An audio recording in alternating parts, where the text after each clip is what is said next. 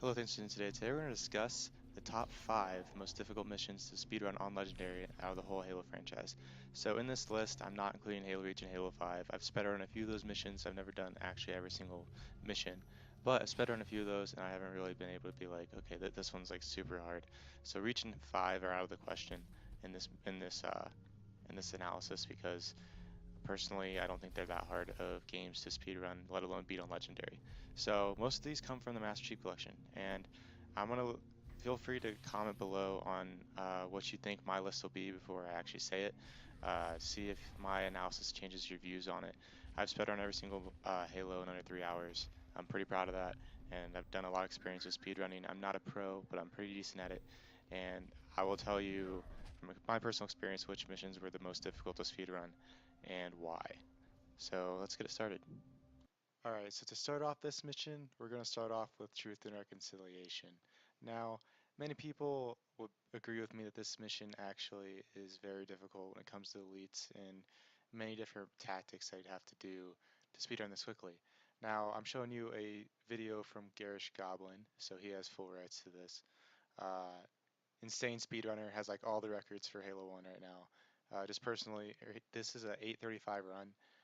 The fact that he can just go through and do this without hardly getting hit and being flawless at it and just keeping running through is just insane. Uh, the worst part about this mission, for me personally, when trying to speedrun it, and for most speedrunners, is just the fact that you can't just keep running because the enemies are so like freaking, they're so populated, and they're in different locations, like on top of hills and on top of a whole bunch of other stuff. That makes it very difficult to shoot.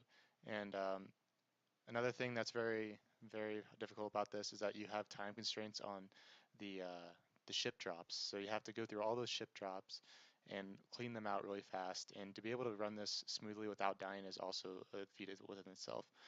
Truth and reconciliation, especially when you get inside the ship in those close corridors where you don't have like much cover or anything, and you're just depending on grenades. What if you don't have grenades and you're just trying to run through it? It's very, very difficult, especially the very, very, very big room. I'm sure all you guys know what I'm talking about with the 3 stories. If you don't do a specific jump right, then that'll take you ages to get through that. And I'm going to try and skip ahead to the part where he actually does the jump. I'm going to try and find it for you guys. It's actually insane. Let me see, I think it's about right. Let me see here. Right here. So this is the jump that you have to do to kind of complete Truth and Reconciliation at a decent pace.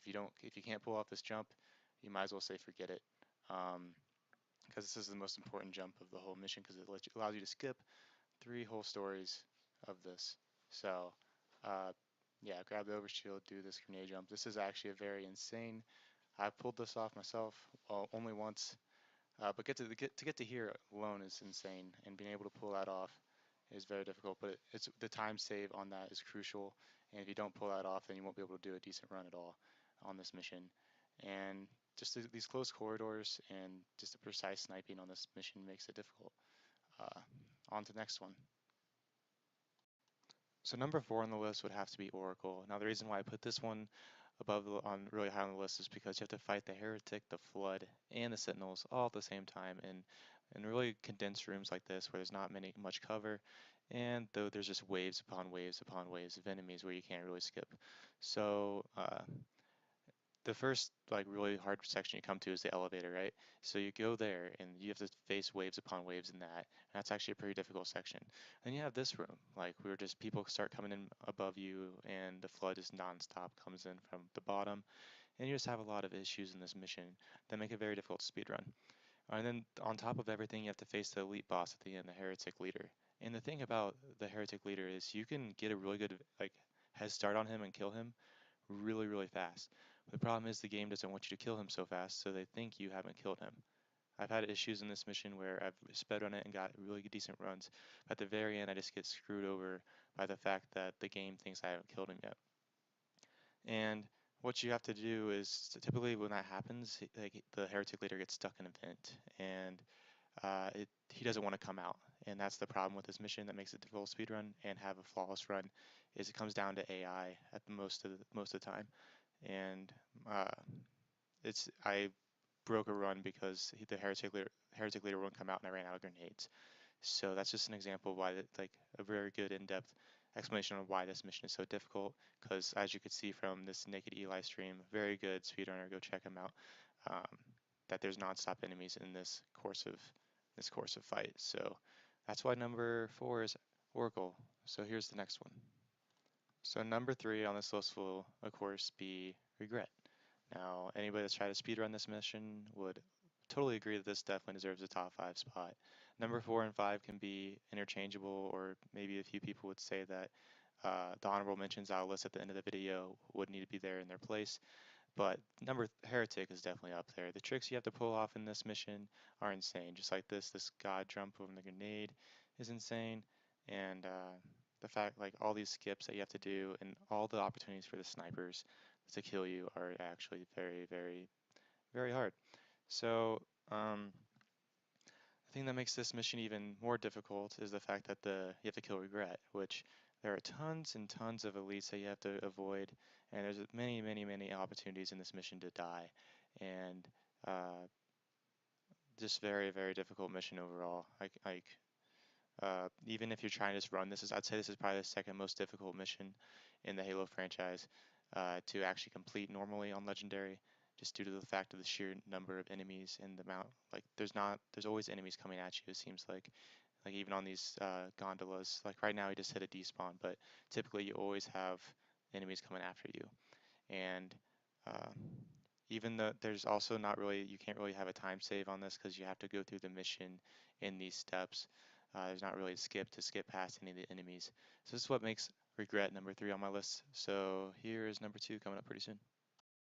So number 2 on my list would have to be Two Betrayals. So Two Betrayals is also a very, very, very difficult mission because of the interchange of Flood and Elites and Hunters on all these closed door sections. There's not really a skip. Like Assault in the Control Room, you can skip all these close corridors and all these like monotonous rooms, but you can't do that in Two Betrayals.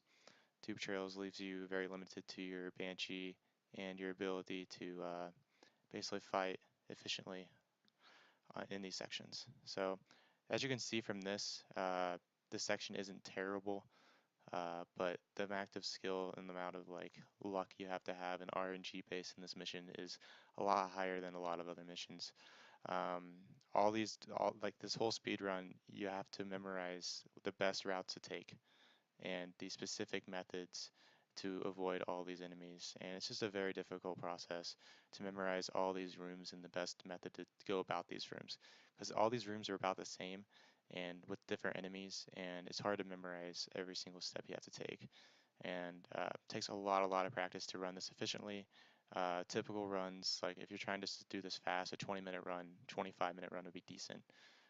The world record right now is currently being shown right now with 11:42, I believe, or 11:45. It's actually pretty insane. I definitely recommend go checking this one out if you have time.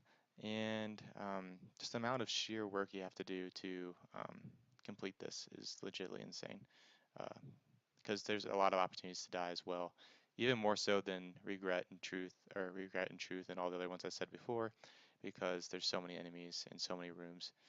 So yeah, that hits the number 2 spot. So here comes number 1. Yep, you guessed it. Number 1 would have to be Gravemind. Now, if anybody's ever tried speedrunning this mission, you'd understand why this is number 1, or let alone completing the mission. It's the most difficult mission ever on any Halo franchise.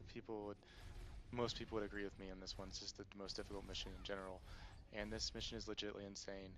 This is the world record holder right now, running this right now. He's actually insane. The fact that he got down here in 4 minutes is legitimately crazy. I'd recommend go watching it. Anyways, the reason why it's number 1, the hardest, most difficult mission to speedrun, is because you start off on the room where it's insane and you don't have any weapons and you just have a needler, and you're expected to go through this with tons of brutes that most of them are berserkers and most of them have brute shots. You're expected to go through here and try and take this out efficiently and fast at the same time, which that really doesn't work out that often, efficient and fast with a mission so difficult.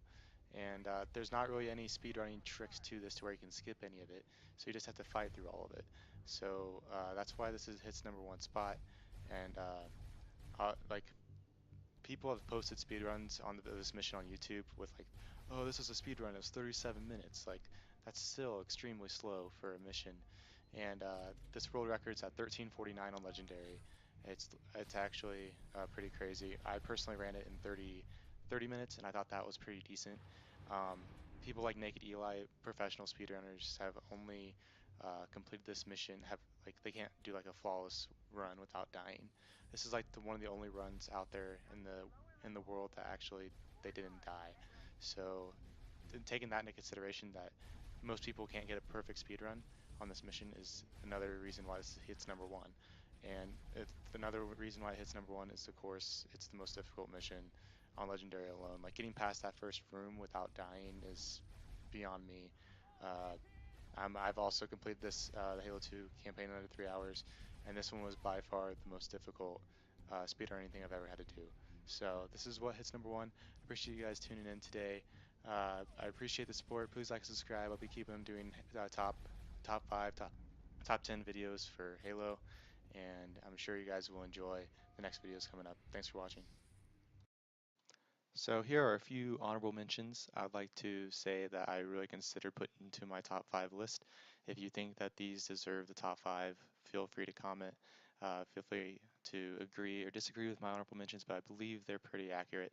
So the first one I'll start off is with the library, and I'll continue this list with short, brief clips from each run.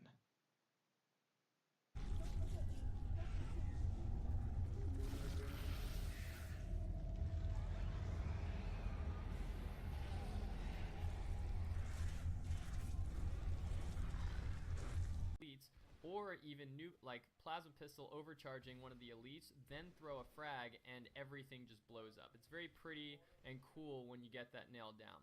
But if you run out of ammo, which is very likely to happen on this section, then I showed you the positioning where you want to be. Now here you want to be aggressive on that white elite. You can shoot him before he gets past that purple going in there. So earlier you should throw away any bubble shields or power drains you have. Now here, notice I put it in the bottom left corner of that shadow. And then look at the radar. That's what I use to determine when to jump. It's just as the red dot is passing over you, about half a second later.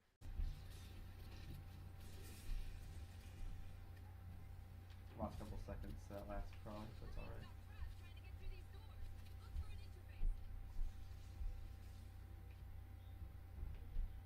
That was pretty smooth.